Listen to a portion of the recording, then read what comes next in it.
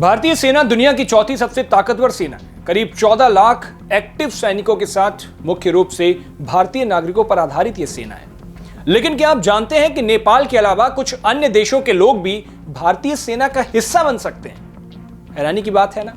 नेपाल के गोरखा सैनिक, जिन्हें ऐतिहासिक रूप से भारतीय सेना में शामिल किया जाता रहा है, अब अनिवार्य रूप से इसका वो एक अभिन्न हिस्सा बन रहे हैं। हालांकि पिछले 2 सालों से नेपाली गोरखा भारतीय सेना में भर्ती के लिए नहीं आ रहे हैं।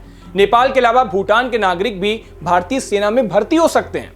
भूटानी नागरिक विशेष भर्ती योजनाओं के माध्यम से भारत की सेना में शामिल होते हैं, बशर्ते वे भूटानी नागरिक हों। उनकी सिटीजनशिप जो हो वो भूटान की होनी चाहिए। भारतीय सेना की गोरखा रेजिमेंट्स, जो नेपाल के साथ भारत के लंबे सैन्य संबंधों का एक प्रतीक भी है, ये 4 रेजिमेंट्स के साथ भारतीय सेना का एक बेहद अहम हिस्सा है। भारतीय सेना धर्म, जाति और पृष्ठभूमि के आधार पर कभी भी भेदभाव नहीं करती है।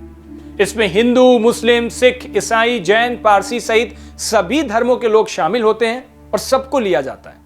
हालांकि सुरक्षा, रक्षा और राजनीतिक कारणों के कुछ देशों के नागरिक भारतीय सेना में भर्ती पर प्रतिबंध लगा हुआ है। उन पर पाकिस्तान के नागरिकों को भारतीय सेना में शामिल होने की कोई अनुमति नहीं है, जो भारत पाकिस्तान के तनावपूर्ण संबंधों का परिणाम है। इसी प्रकार बांग्लादेश के नागरिक सुरक्षा चिंताओं और द्विपक्षीय संबंधों के कारण भारतीय सेना में भर्ती नहीं हो सकते। चीन के नागरिक पर भी सीमा विवाद और भू राजनीतिक तनाव के कारण प्रतिबंध लगा हुआ है। अफगानिस्तान, श्रीलंका, म्यांमार और मालदीव जैसे देशों के नागरिक भी सामान्यतः भारतीय सेना में भर्ती नहीं हो सकते।